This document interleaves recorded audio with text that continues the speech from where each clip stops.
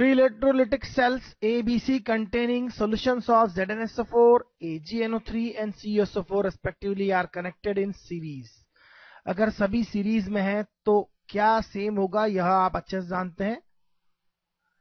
सब सीरीज में, इनफैक्ट यहां अलग अलग इलेक्ट्रोड होंगे, सब में करंट और टाइम सेम होगा. The steady current of 1.5 ampere was pass through them until 1.45 gram of sugar deposited at the cathode of cell B. Cell B में आपका सिल्वर डिपॉजिट हुआ है 1.45 ग्राम. इसे आप M2 लिख दीजिए थोड़ी देर के लिए. Mass deposited for the silver. How long did the current flow.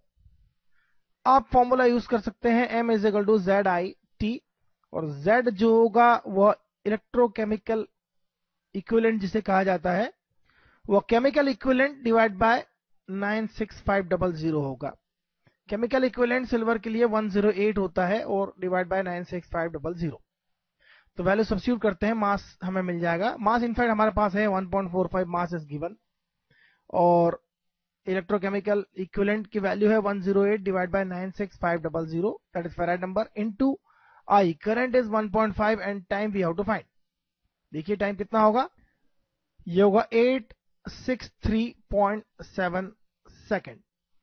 In fact इसको आपको 864 लिखना चाहिए, 3 सिग्निफिकेंट डिजिट तक लिखना चाहिए, क्योंकि आपके पास 3 सिग्निफिकेंट डिजिट तक वैल्यूज हैं, और इनफैक्ट 2 सिग्निफिकेंट डिजिट ही है, लेकिन कैलकुलेशंस में ये गड़बड़ बार बार करते ही रहते हैं. हम सिग्निफिकेंट डिजिट्स को पूरी तरह से इग्नोर करते हैं.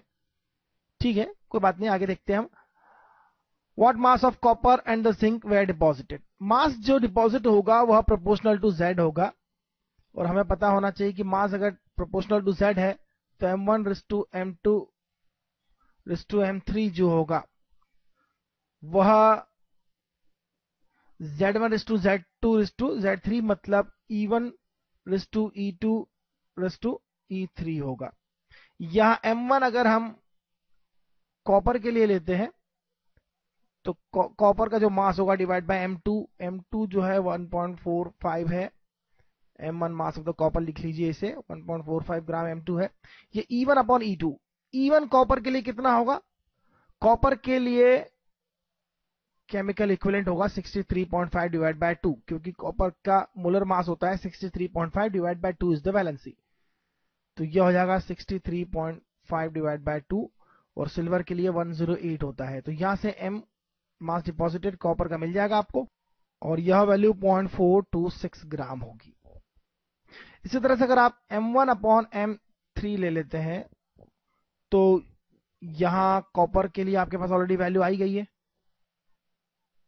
0.426. M3 आपको फाइंड करना है, और यहां जिंक का और कॉपर का इक्विवेलेंट मास आपको पता होना चाहिए 63.5 डिवाइड बाय 2, और यह कॉपर के लिए हो गया. और जिंक के लिए कितना है, जिंक के लिए 65.3 डिवाइड बाय 2 होगा, क्योंकि यहां Zn आपको पता है Zn प्लस प्लस है, वैलेंसी 2 है. कॉपर के लिए Cu प्लस प्लस है, यह Ag प्लस है.